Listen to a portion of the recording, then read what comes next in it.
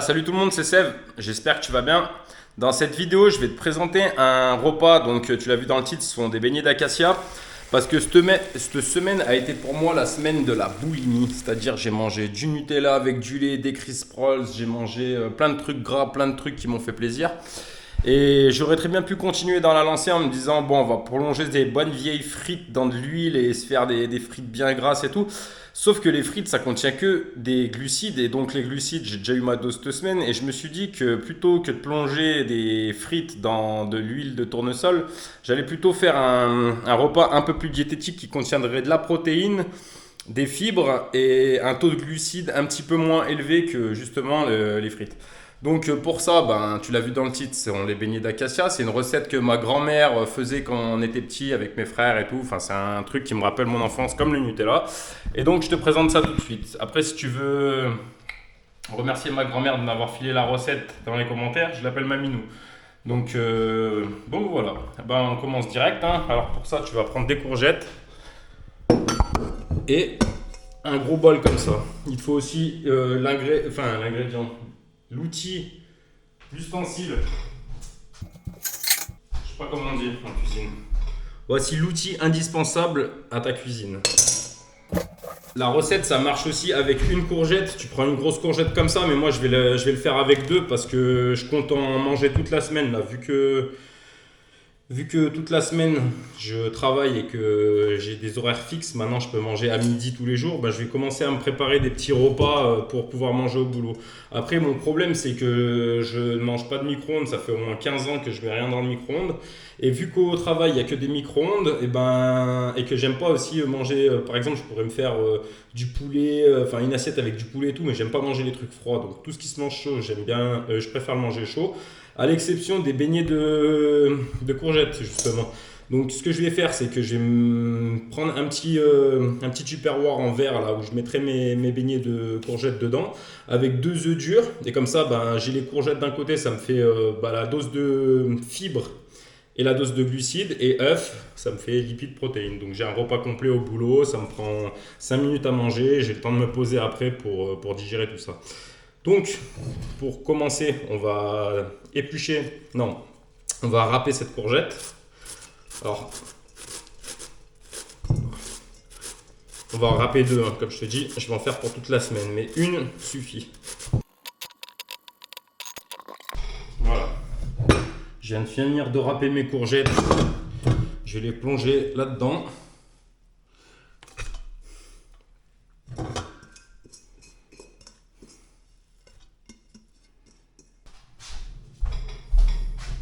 Je rajoute moitié de verre d'eau. Je les mets à feu doux. Je rajoute un couvercle. Voilà. Là, il te reste plus qu'à attendre. Tu vas remuer toutes les 3 minutes pendant une quinzaine de minutes jusqu'à ce que la texture elle change et je te montrerai à ce moment-là là où tu dois t'arrêter dans la cuisson.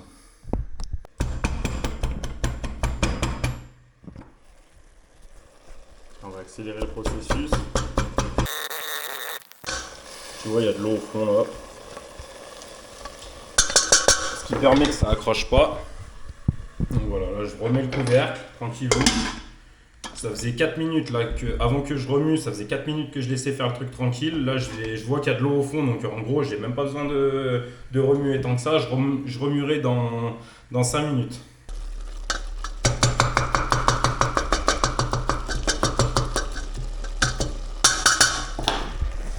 Ce que je vais faire, je vais juste rajouter un petit filet d'huile d'olive.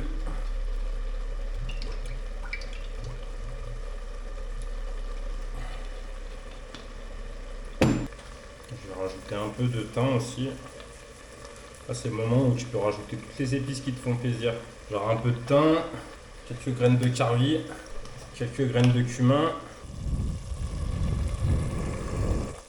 Bon, c'est un peu difficile à voir, mais là les courgettes elles ont pris une teinture un peu plus foncée qu'au début. Au début elles étaient claires, vachement blanches.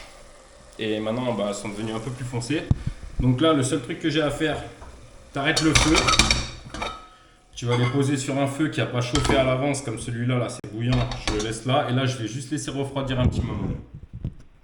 Parce qu'en fait, après, quand je vais rajouter la pâte à beignet, vu qu'elle contient de l'œuf, ça risque de coaguler l'œuf et en quelque sorte de le faire cuire immédiatement.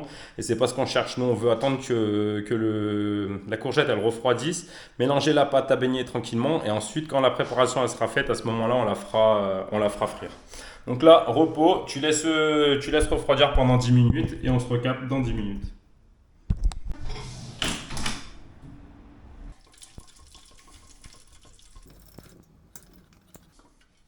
Bon, un petit moment plus tard, la préparation a refroidi et ça ressemble à ça.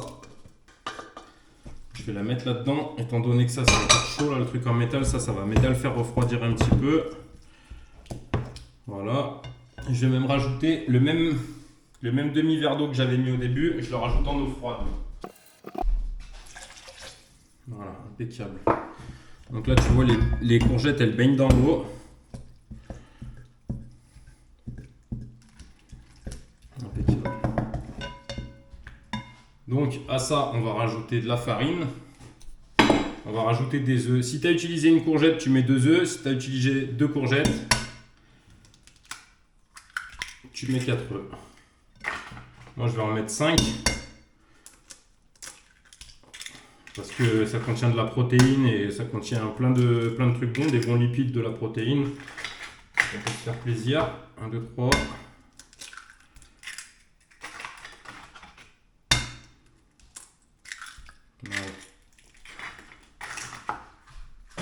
5 œufs. Et là, on va mettre de la farine. Tu utilises à peu près le même verre là que tu as utilisé au début.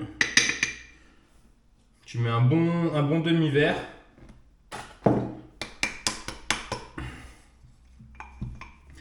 Tu mets un petit peu plus parce que la farine, étant donné qu'elle n'est pas tassée, tu vas mettre 3/4 du verre, on va dire.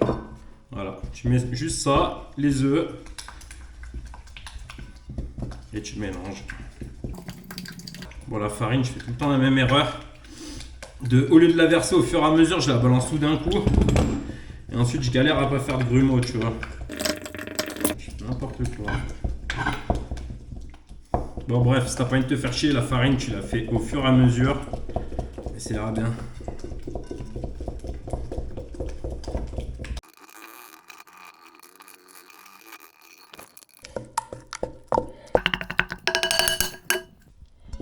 Bon, cette partie étant accomplie, partie qui est bien faisable en famille ou quoi que ce soit, maintenant c'est le moment de dégager tous les enfants de la cuisine. C'est le moment dangereux où il ne faut pas laisser ce machin là à faire choper les enfants, sinon ils se renversent tout sur la tronche.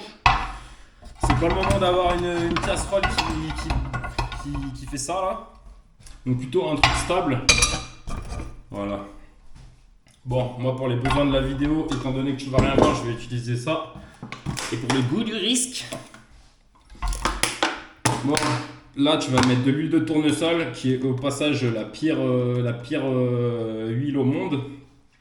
Après tu pourrais utiliser de l'huile d'olive, mais moi la mienne elle est pas raffinée, il y a encore plein de trucs dedans, donc c'est pas une huile pour la cuisson, il faut vraiment qu'elle soit complètement transparente si tu utilises de l'huile d'olive. Et voilà, et surtout faire gaffe à pas monter au-dessus de 191 degrés. Quand tu vois que ton huile elle commence à faire de la fumée, c'est qu'il faut baisser un petit peu le gaz. Donc là, déjà j'en ai pas assez, je vais chercher notre bouteille. C'est pas un truc que je recommande de manger de la friture tout le temps, mais comparé de manger des frites qui elles contiennent rien, bah là on va quand même avoir de la protéine, des lipides. Et puis voilà. Je sais même pas comment ça s'ouvre, tellement on n'utilise pas de l'huile de tournesol, putain ça craint.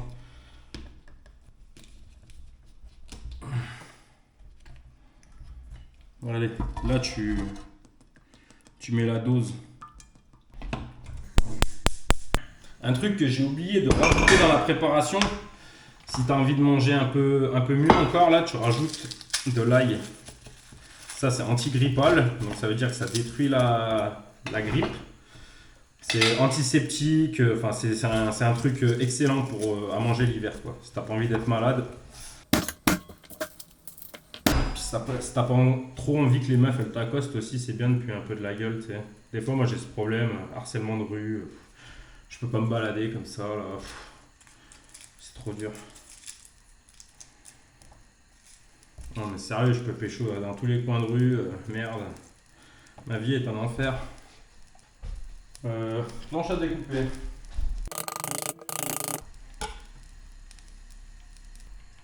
Hop. 3 bonnes gousses d'ail. Et on remue. Et tu remets. Tu peux prendre un chiffon, tu peux prendre du sopalin. Ça, c'est des chiffons spécial cuisine, donc qui me sert à faire ça. Je vais faire attention de ne pas foutre le feu non plus. Et ça, c'est un chiffon qui va juste me permettre d'absorber l'humidité, d'absorber le gras en fait. Voilà.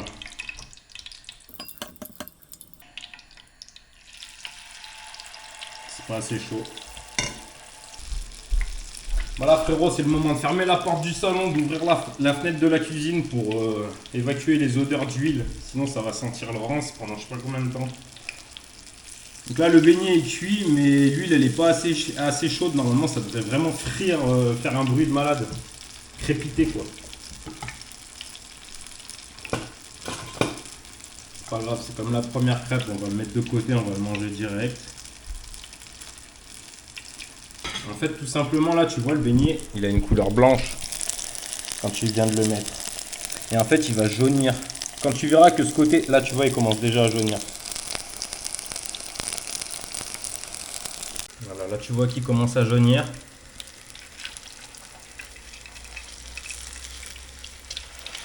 Tu le retournes. Ah. Ça va être incroyable. Ah, je me suis entraîné toute la semaine pour faire ça. En fait, le truc, c'est que j'étais tellement dans un niveau de fatigue astronomique que les vidéos, j'ai préféré ne pas les sortir parce que ça ressemblait à chi. Ma gueule et mon vocabulaire ressemblaient à chi. Bon, j'espère que c'est mieux là, mais j'ai des doutes.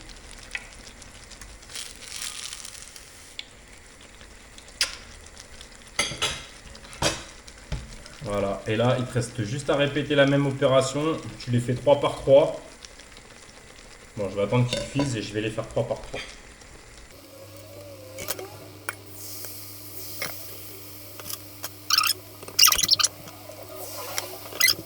Oh, regarde les gars, j'ai fait la Guadeloupe.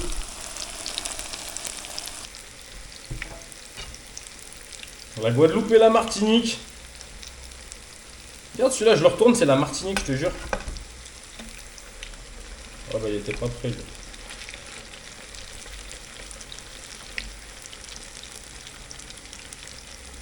Un de ces jours, je vous montre les acras de morue, c'est à peu près la même préparation.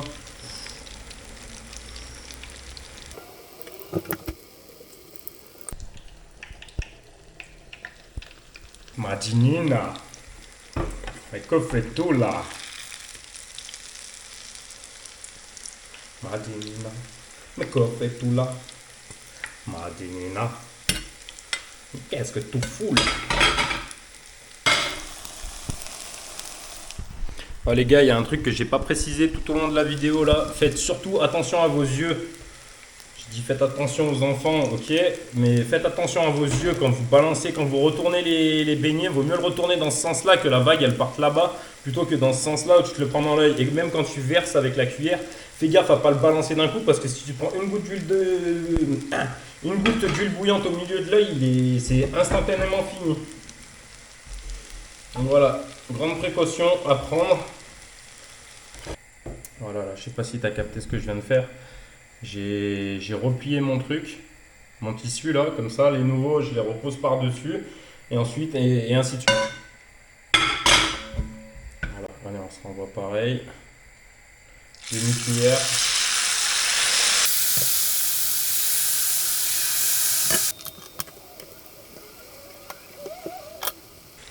Putain, je vais vous faire des acras de morue, un de ces quatre, vous allez péter un câble. Je vous fais la glace coco aussi. Il y a plein de trucs à faire.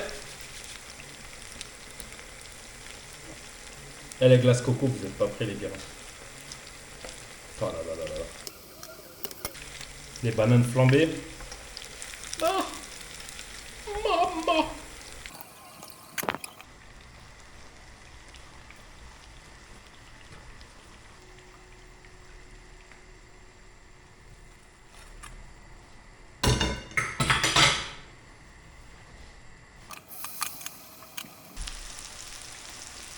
Toujours attendre que les beignets ils commencent à jaunir.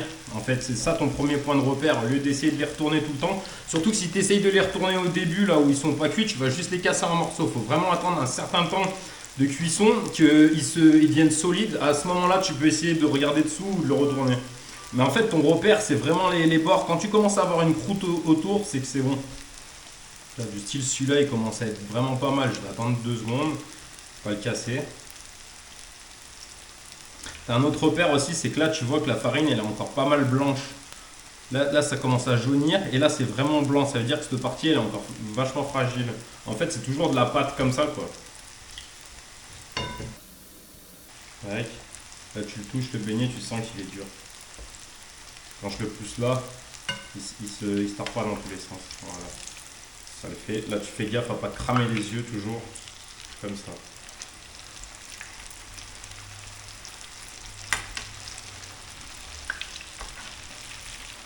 Jamais comme ça.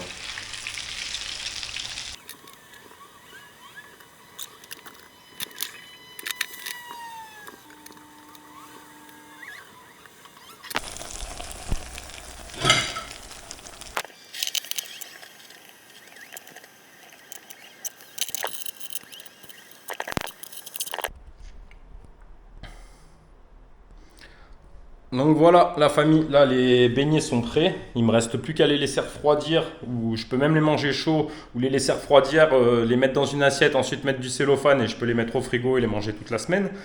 Mais avant que la vidéo se termine, j'aimerais juste te mettre en garde par rapport à l'huile. L'huile, quand elle est chaude, tu balances pas de l'eau dedans pour la faire refroidir. Tu la mets pas dans l'évier non plus avec de l'eau parce que ça peut te gicler aux yeux. En fait, le seul truc que tu as à faire là, c'est déjà de l'éloigner du bord, histoire qu'il n'y ait pas un animal, je sais pas trop quoi, un enfant ou quelque chose, un risque, tu vois, un problème. T'éloignes la source de danger du bord du truc, tu laisses refroidir et quand ce sera froid à ce moment-là, bah, tu pourras gérer ta sauce à ta manière. En tout cas, voilà. Là, c'est une recette que je te conseillerais de manger malgré que ça contienne des œufs et que ce soit quand même un truc à peu près équilibré, lipides, protéines et glucides. Et en plus de ça, qu'on a rajouté que ça contient déjà des courgettes, on a rajouté de l'ail, on a rajouté du thym, des épices et tout. Donc on a augmenté la quantité de micronutriments dans le truc. Je te conseillerais quand même de le manger avec ma recette de poulet piégé, ce qui te rajouterait un taux de protéines un peu plus supérieur et du coup une satiété accrue. C'est-à-dire qu'en mangeant du poulet à côté de ça, eh ben, tu auras moins l'envie de manger tout le temps. Puis je rappelle quand même que ça c'est de la friture faite à base d'huile de tournesol et du coup au niveau graillon, au niveau digestion, c'est pas vraiment le top. Si tu veux manger une pomme en début de repas, avec ça ce serait parfait, tu vois, ça t'enlève un peu le graillon, il y a un peu de fruits et de légumes qui ne sont pas cuits dans l'huile de tournesol, tout simplement. Donc voilà, allez bah les gars, prenez soin de vous, regardez ma recette de poulet piégé, je pense que ça peut aller parfaitement, c'est ce qui va le parfaitement avec ce repas. Et voilà, allez prenez soin de vous, n'oubliez pas de dire merci à ma grand-mère Maminou dans les commentaires, et on se retrouve dans une prochaine vidéo. Allez, ciao, bisous.